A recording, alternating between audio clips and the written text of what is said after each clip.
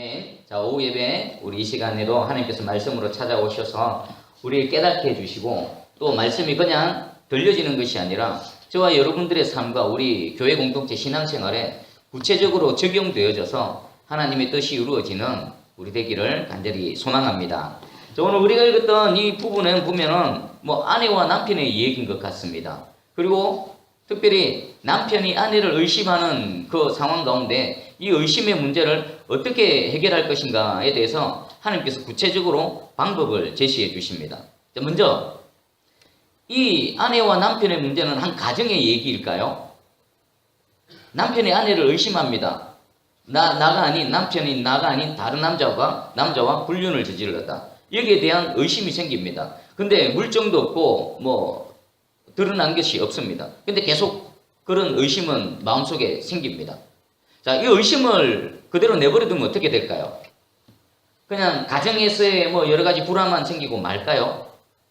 가정의 불안은 결국 또 다른 공동체로 번져나갑니다. 아내가 불륜을 저지를 때 혼자 불륜 저지릅니까? 아니죠. 불륜을 저지른 대상이 있습니다. 이 의심을 그대로 내버려두면 아내만 의심하는 것이 아니라 누구까지 의심하게 될까요? 모든 아내와 가까이 하는 한번 지나가면서 눈이라도 마주치면 웃음이라도 한번 지으면 모두가 다 용의선상에 올랐습니다. 그리고 그 의심이 계속해서 불신, 불화, 갈등의 씨앗이 되어지는 겁니다. 그런 의미에서 하나님께서는 이 모든 불화와 갈등의 씨앗이 되어질 수 있는 이 의심의 문제마저도 해결하라는 것입니다. 의심이 뭐겠습니까? 사전에서 제가 한번 찾아봤습니다. 이런 겁니다. 상대방을 믿지 못하여 이상하게 여기는 감정이랍니다. 상대방을 믿지 못해서 이상하게 여기는 감정. 저 사람이 좀 이상하네. 뭔가 이상해. 뭔가가 있어. 자, 그러면 이 의심하는 것 자체가 진실일까요? 어떻습니까? 의심은 두 가지가 있습니다. 그것이 진실일 수도 있습니다. 또 하나는 나만의 오해일 수도 있습니다. 그러면 이 의심의 문제가 해결되어지기 전까지는 이 의심은 무엇으로 남아있습니까? 계속 분쟁과 이 불화의 씨앗으로 남아있는 겁니다. 여러분들 심령 가운데 누군가에 관한 의심의 문제가 있습니까? 우리 교회 공동체 안에 무엇에 대한 의심의 문제가 있습니까? 이것은 반드시 해결해야 됩니다. 그냥 내버려두면요, 이것이 서로에 대해서 오해하게 만들고 서로를 갈등하게 만들고 서로를 분쟁하게 만들고 불화하게 만든다는 것입니다. 하나님께서는 의심의 문제마저도 반드시 해결하라고 말씀하십니다. 그러면 하나님께서 제시하시는 이 의심의 문제의 해결 방법을 성경을 통해서 우리가 하나하나 배워나가기 바랍니다. 자, 우리 12절 13절 한번 읽어보겠습니다. 시작. 이스라엘 자손에게 말하여 그들에게 이르라. 만일 어떤 사람의 아내가 탈선하여 남편에게 신의를 저버렸고 한 남자가 그 여자와 동침하였으나 그의 남편의 눈에 숨겨 드러나지 아니하였고 그 여자의 더러운 일에 정인도 없고 그가 잡히지도 아니하였어도, 우리 14절 계속 있습니다. 그 남편이 의심이 생겨 그 아내를 의심하였는데 그의 아내가 더럽혀졌거나 또는 그 남편이 의심이 생겨 그 아내를 의심하였으나 그 아내가 더럽혀지지 아니하였던지. 아멘. 두 가지 경우가 있죠. 그 아내가 실질적으로 다른 남자와 불륜을 저질렀을 경우, 그럼에도 불구하고 심정은 있는데 물증이 없어 그냥 마음으로만 의심하고 있는 그 상태 1번. 그리고 두 번째는 아내가 불륜을 저지르지 않았음에도 불구하고 남편이 계속 마음속에서 의심이 생긴다는 겁니다. 두 가지 경우입니다.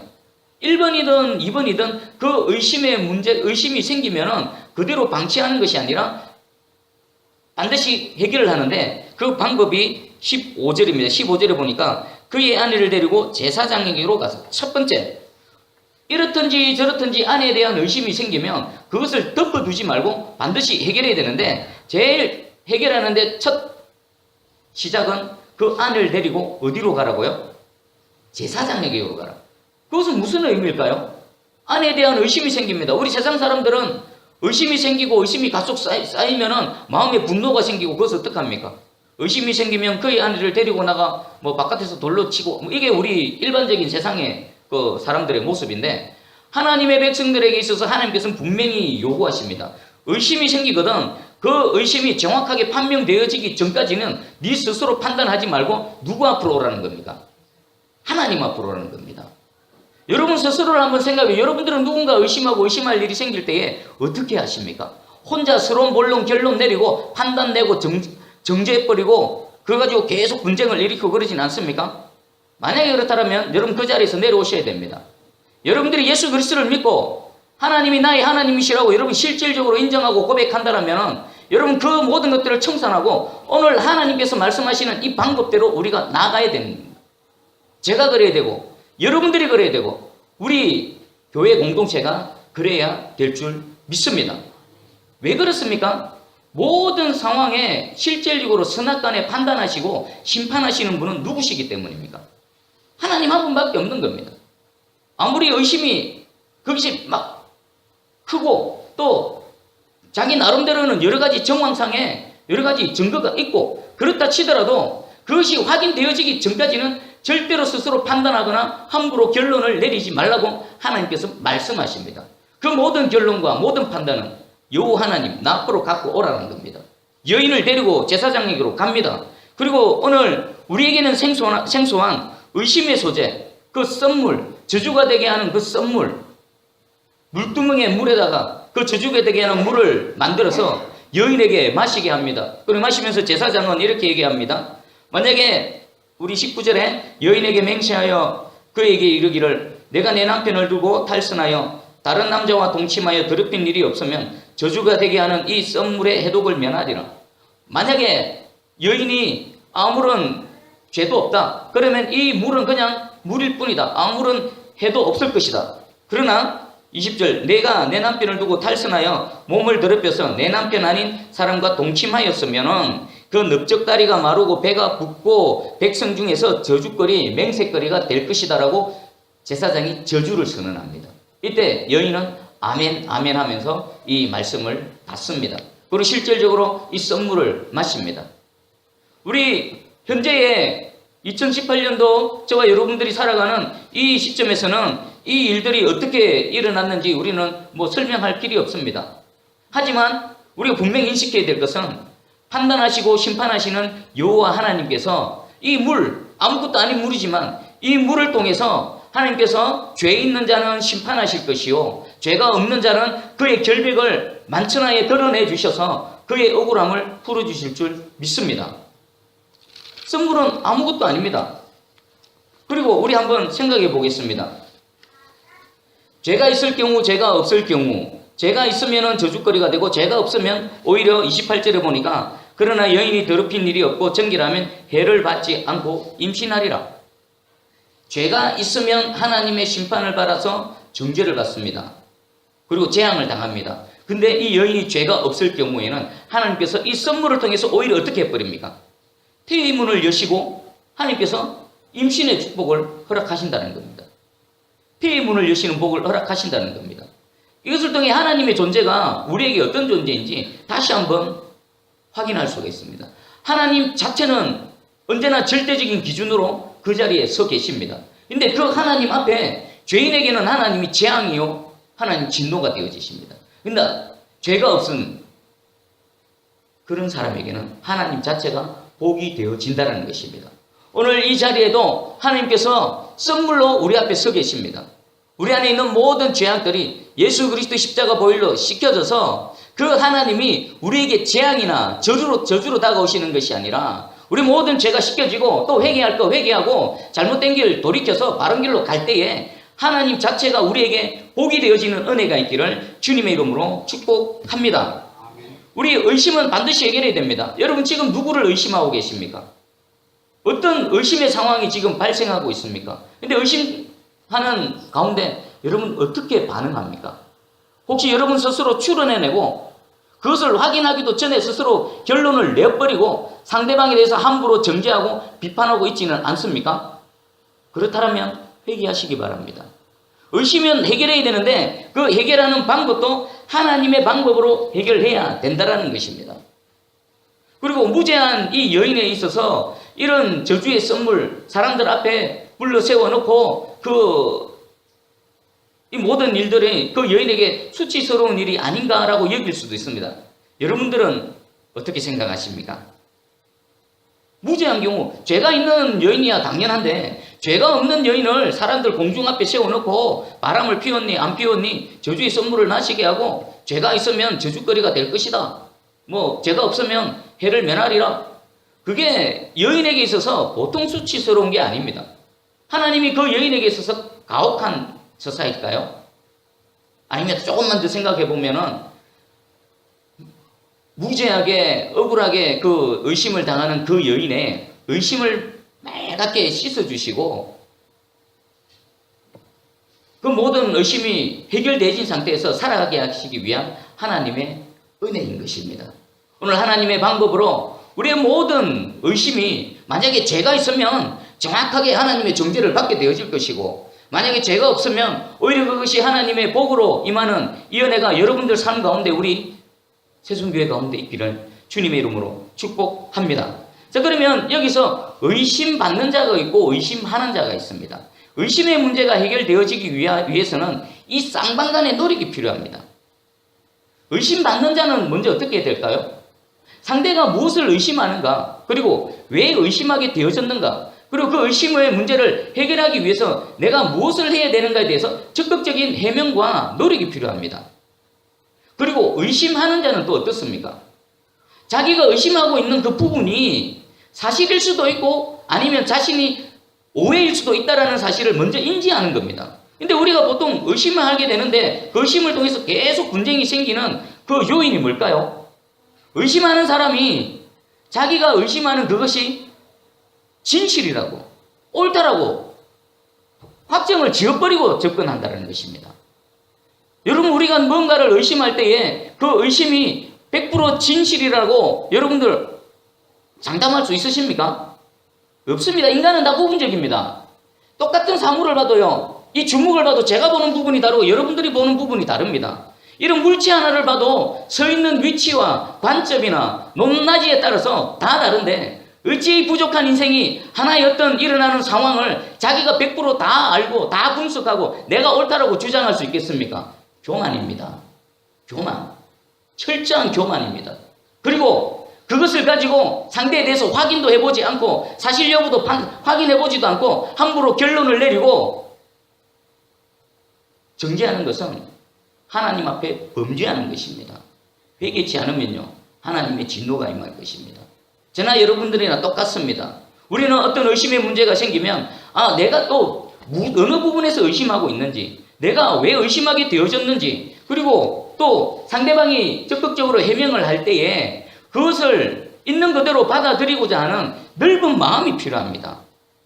내 생각이 옳다, 내가 보는 관점이 옳다라고 접근해버리면요, 화해가 이루어질까요? 안 이루어질까요? 의심의 문제는 해결되어지는 것이 아니라 그 의심의 골이 더 깊어져서 오히려 분쟁과 갈등, 사이는 더 망가져버리고, 만약에 이것이 공동체 안에 일어났다면 공동체마저도 함께 어지럽게 되어진다는 것입니다. 오늘 이 말씀의 잣대로 우리 정확하게 하나님 앞에 서기 원합니다. 의심의 문제가 있습니까? 스스로 판단하지 마시고 의심받는 자나 의심하는 자나 하나님 말씀 앞에 서기를 간절히 소망합니다. 그리고 그 말씀에 따라서 하나님께서 말씀하시는 이 방법, 의심받는 자 해야 될 일, 의심하는 자가 해야 될 일, 예수 그리스도의 마음으로, 주님의 마음으로 함께 서로 해소하기 위해서 노력하는 우리 새순교회 되어지기를 주님의 이름으로 축복합니다. 자, 우리 여호수아 22장을 한번 가보겠습니다. 구약성경 352쪽입니다.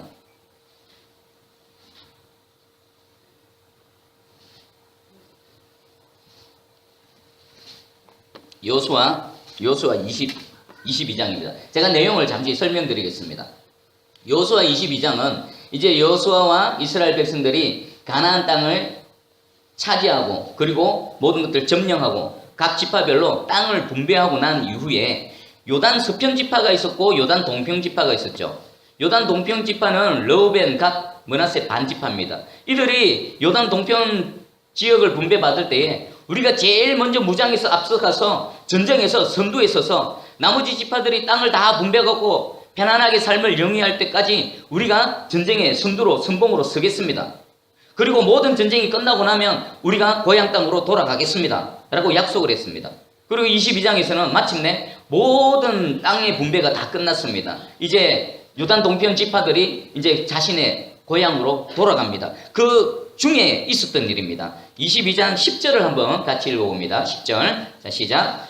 르우벤 자손과 갓 자손과 므낫세 반지파가 가나안 땅 요단 언덕가에 이르자 거기서 요단가에 제단을 쌓았는데 보기에 큰 제단이었더라. 이들이 고향으로 돌아가는 중에 요단강을 건너고 나서 거기서 곧바로 자기 지파들로 고향으로 돌아간 것이 아니라 무언가를 했습니다. 헤어지기 전에 뭘 했습니까? 큰 제단을 쌓았습니다. 아주 멀리서도 보일 만큼 큰 제단을 쌓았습니다. 그 모습을 이쪽 요단 서편 지파의 사람들이 봤습니다. 그리고 보고를 했습니다. 12절에 이런 오해가 발생합니다. 제가 읽어드릴게요. 이스라엘 자손이 이를 듣자 곧 이스라엘 자손의 온 회중이 실로에 모여서 그들과 싸우러 가려 하니라. 이스라엘 자손이 제사장 엘르아살의 아들 비느하스를 길르앗 땅으로 보내어 르우벤 자손과 갓 자손과 므낫세 반지파를 보게 하되 이스라엘 각 지파에서 한 지도자씩 10 지도자들을 그와 함께 하니. 뭡니까? 지금 이 요단 동편 지파들이 집으로 돌아가다가 갑자기 멈춰서서 제단을 쌓는 겁니다. 근데 이것은 큰 문제입니다. 하나님께서는 분명히 여호와의 제단, 하나님께서 말씀하시고 지정한 곳에서 제단을 쌓고 그곳에서 선한 예물을 드리고 하나님께 제사를 드리라고 분명히 말씀하셨습니다. 그런데 저들이 지금 하나님께서 명하시지 않은 또 다른 제단을 쌓는 겁니다. 명명백백한 우상 숭배요, 하나님의 명령을 거역하는 겁니다. 자, 이것은 그들 지파들만의 문제가 아니라 하나님께서는 책임을 물을 때에 이스라엘 전체의 책임을 물으십니다. 아간이 범죄했을 때 한 사람이 범죄했습니다. 그런데 그 재앙이 어디에까지 임했습니까? 이스라엘 전체에 임했습니다. 아이성 전투에서 대피하게 만드셨습니다. 그것을 떠올리며 이스라엘 모든 지파 사람들이 완전 무장하고 모여들었습니다. 전쟁을 벌이려고요. 뭐 하려고요? 하나님 앞에 범죄한 이 세 요당 저쪽 지파, 이 세 지파를 썰어버리겠다는 그런 마음으로 무장을 하고 모여들었습니다. 그런데 이들은 무장만 했을 뿐만 아니라 이 오해를 풀기 위해서 한 가지 시도를 했습니다. 뭐냐면 제사장 엘르아살의 아들 비느하스와 함께 각 지파별로 리더들을 한 명씩 뽑아서 이 일이 무슨 일인지 가서 살펴보라는 겁니다. 무장을 하고 무작정 달려가서 쳐버린 게 아니라 그들 앞에 가서 당사자인 그들에게 왜 이런 일을 벌였느냐 하면 너희가 해명을 해봐라 라고 따지러 간 겁니다. 그것이 16절입니다. 우리 16절 한번 읽어보겠습니다. 자, 시작. 여호와의 온 회중이 말하기를 너희가 어찌하여 이스라엘 하나님께 범죄하여 오늘 여호와를 따르는 데서 돌아서서 너희를 위하여 제단을 쌓아 너희가 오늘 여호와께 거역하고자 하느냐. 아멘. 이스라엘 요단 서편 지파들이 왜 무장을 하고 달려왔습니까? 우리가 가만히 보니까 여기가 하나님께서 금하신 그 또 다른 제단을 쌓고 여호와께 범죄하는구나. 어찌하여 그렇게 하였느냐? 라고 단도직입적으로 묻습니다. 자, 그러면 우리가 오해를 하게 되어졌을 때 가장 먼저 해야 될 건 뭡니까? 오해 당사자가 쌍방간에 왜 이런 일이 일어났습니까? 왜 이렇게 했습니까? 라고 한번 물어보는 겁니다. 여러분들 오해하고 있는데, 의심하고 있는데 그것을 가지고 딴 사람하고 얘기하면 그게 해결의 실마리가 풀립니까? 안 풀립니까? 안 풀립니다. 당사자들끼리 왜 그랬습니까? 라고 한번 물어보는 겁니다. 내가 보니까 이러이러한데 왜 이런 일을 했습니까? 라고 한번 확인해 보는 겁니다. 우리는 여기서부터 안 합니다. 자기 혼자 오해하고 자기 혼자 생각하고 자기 혼자 결론 내려버리고 치워버립니다. 그리고 분쟁을 분란을 일으켜버립니다. 당사자 안 찾아가고 제3자들에게 계속 말을 퍼뜨려버립니다. 뭐 어쩌자는 겁니까? 오해가 있으면, 의심이 있으면 당사자에게 가는 겁니다. 왜 그렇습니까? 왜 이렇게 했습니까? 질문을 하니까 이제 이 르우벤, 갓, 므낫세 반지파가 대답을 합니다. 우리 22절부터 24절까지 한번 읽어보겠습니다. 자, 시작. 전능하신 자 하나님 여호와, 전능하신 자 하나님 여호와께서 아시나니 이스라엘도 장차 알리라. 이 일이 만일 여호와를 거역함이거나 범죄함이거든 주께서는 오늘 우리를 구원하지 마시옵소서. 우리가 제단을 쌓은 것이 돌이켜 여호와를 따르지 아니하려 함이거나 또는 그 위에 번제나 소제를 드리려 함이거나 또는 화목제물을 드리려 함이거든 여호와는 친히 벌하시옵소서. 우리가 목적이 있어서 주의하고 이같이 하였노라. 곧 생각하기를 후일에 너희 자손이 우리 자손에게 말하여 이르기를 너희가 이스라엘 하나님 여호와와 무슨 상관이 있느냐. 아멘. 이들이 해명을 합니다. 우리가 이 여호와의 제단을 쌓은 것은 번제를 드리려거나 또 다른 제단을 쌓는 목적이 아니라 우리가 요단강 이쪽을 건너와 버리니까 후일에 이 일들을 모르는 우리의 후손들과 너희의 후손들, 특별히 너희의 후손들이 요단 동편에 있는 우리를 하나님의 백성으로 여기지 않을까? 하나님의 언약 밖의 백성으로 여길까? 그것이 두려워서 그냥 증거물로서 이 제단의 모형을 만든 것 뿐이다. 만약에 우리가 여호와께 범죄하였으면 하나님께서 우리를 친히 벌하실 것이다. 해명을 한 겁니다. 먼저는 가서 왜 그랬습니까? 물어보는 것. 그리고 오해받는 당사자는 있는 그대로 솔직하게 해명을 하는 겁니다. 내가 당신이 생각하는 것과 다릅니다. 여호와를 거역하는 것이 아니라 후일에 일어날지 모르는 일들을 미리 대비하기 위해서 하나의 증거로서 이 여호와의 제단의 모형을 쌓은 것입니다 라고 말합니다. 자, 그러면 이때에 해명을 들은 사람은 어떻게 될까요? 믿는 겁니다. 만약에 이 같은 비너스와 무장을 한 이스라엘 백성들이 아니다, 너가 거짓말하고 있다 이래버리면 대화가 됩니까? 안 됩니까? 안 되는 거죠. 그럼 전쟁밖에 안 일어나는 겁니다. 근데 오늘 이들은 그들의 솔직한 답변에 대해서 마음으로 받아들이고 이후에 분쟁이 일어났지만 어떻게 되어졌는가? 30절입니다. 제가 읽어볼게요. 제사장 비느하스와 그와 함께 한 회중의 지도자들 곧 이스라엘 천천의 수령들이 르우벤 자손과 갓 자손과 므낫세 자손의 말을 듣고 좋게 여긴지라. 받아들이는 겁니다. 아, 그래서 그랬구나. 우리가 오해를 했는데 당신들의 마음이 충분히 이해가 된다. 한번 생각해 보십시오. 요단강 동편을 건너가 버린 이 세 지파는 후일에 이 하나님께서 약속하신 가나안 땅에 살지 않음으로 인해서 하나님의 백성과 아무 분긴도 없다, 상관도 없다라고 오해를 받을 수도 있지 않습니까? 그것을 미연에 방지하기 위한 증거로서 단의 모양을 쌓았다는 겁니다. 그 마음, 하나님의 백성으로 계속 머물고 싶은 그들의 마음을 비느하스와 이스라엘 그 리더들은 기쁘게 여겼고 오히려 박수를 쳤습니다. 그리고 이 일 후에 33절에 그 일이 이스라엘 자손을 즐겁게 한지라. 이스라엘 자손이 하나님을 찬송하고 르우벤 자손과 갓 자손이 거주하는 땅에 가서 싸우고 그것을 멸하지 않은 말을 다시는 하지 아니하였더라. 아멘. 오해와 의심이 완전히 종식되어져 버리는 겁니다. 우리가 삶을 살아가다 보면은 의심이 안 생길 수 없습니다. 오해가 안 생길 수 없습니다. 주님 다시 오시고 이 새하늘과 새 땅이 되어지고 저 천국에 가기 전까지 저와 여러분 끊임없이 오해와 분쟁의 어떤 씨앗들이 발생할 것입니다. 그것을 절대로 내버려 두면 안 됩니다. 오해나 의심은 계속 커져버립니다. 그럼 나중에 걷잡을 수 없게 되거든요. 뭔가 의심이 생길 때 확인을 해야 되는 겁니다. 그리고 의심받는 당사자는 솔직하게 있는 그대로를 얘기하는 겁니다. 그리고 더 중요한 것, 상호 신뢰함으로 그것을 믿고, 그리고 오히려 이 사건을 통해 요단 서편 지파나 요단 동편 지파가 하나님께 감사하며 찬송하는 이 일이 일어난 겁니다. 우리 새순교회에 앞으로 의심의 문제가 생길 수 있을 것입니다. 또한 오해의 문제가 생길 수 있을 것입니다. 그럴 때마다 오늘 이 말씀을 듣고 이 말씀을 생각해서 하나님께서 우리에게 제시하신 방법, 그리고 여호수아와 그 12지파 간에 있었던 분쟁의 해결 방법, 이 방법으로 차곡차곡 스텝 바이 스텝으로 해서 오히려 오해와 이런 의심의 문제가 공동체가 더 하나님 안에서 하나 되어지고 든든히 세워져가는 그런 계기가 되어지기를 주님의 이름으로 축복합니다. 우리는 말씀이 있습니다. 그죠? 그리고 또 이제 부교육자로 있었을 때는 별로 중요하지 않았습니다. 뭐냐면 교회법입니다. 총회법이나 교회법입니다. 그냥 담임 목사님이 시키는 거 하면 됩니다. 그리고 당에서 모든 것들을 정리해 나갑니다. 그래서 부교육자는 별로 관심을 가질 기회도 없었고 필요도 없었고, 근데 이제 초짜 담임 목사로 이러고 하다 보니까 이게 중요한 겁니다. 여러분, 교회 안에 있을 수 있는 여러 가지 분쟁과 오해에 대한 모든 해결책이 이미 마련되어져 있을까요? 없을까요? 이미 다 되어져 있습니다. 성경 말씀으로 되어져 있을 뿐만 아니라 대한예수교 장로회 총회 법 안에 다 분쟁 일어날 만한 모든 시행착오를 겪고 그 말씀에 입각해서 해결하기 위한 모든 법도가 다 이미 마련되어져 있습니다.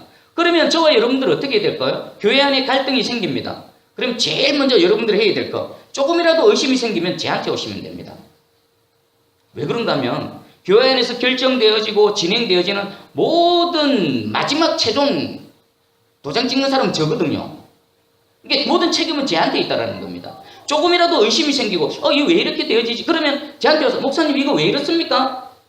한 번만 말하면요, 제가 그거 다 설명해 드릴 수 있습니다. 그리고 제가 잘못했으면 머리 숙여 사과하고 우리 이미 만들어져 있는 말씀이나 법에 의해서 잣대 딱 갖다 대고 싸울 필요가 없는 겁니다. 저도 그 잣대에 맞추고 여러분들도 그 잣대에 맞춰버리면 우리가 왈가왈부하거나 논쟁할 필요가 없는 겁니다. 이미 자가 다 준비되어져 있는데 자가 없으니까 사사시대처럼 자기 속에는 어른 대로 떠들고 자기 속에는 어른 대로 주장해버리고 싸워버리고, 우리 모두 회개하십시다.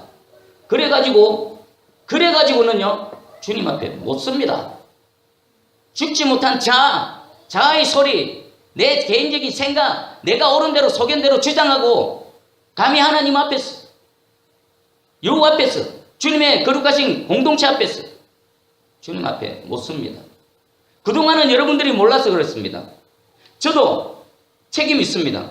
이런 어떤 상황이 발생했을 때 이 자가 어떤 것인지 여러분들에게 알려드리고, 그리고 그것에 서로 맞춰가는 서로 상호간의 노력이 필요한 것입니다. 지금 보니까 우리에게는 자가 없습니다. 자 하나하나. 제가 그래서 이제 총회법이나 여러 가지 헌법을 찬찬히 읽고 있습니다.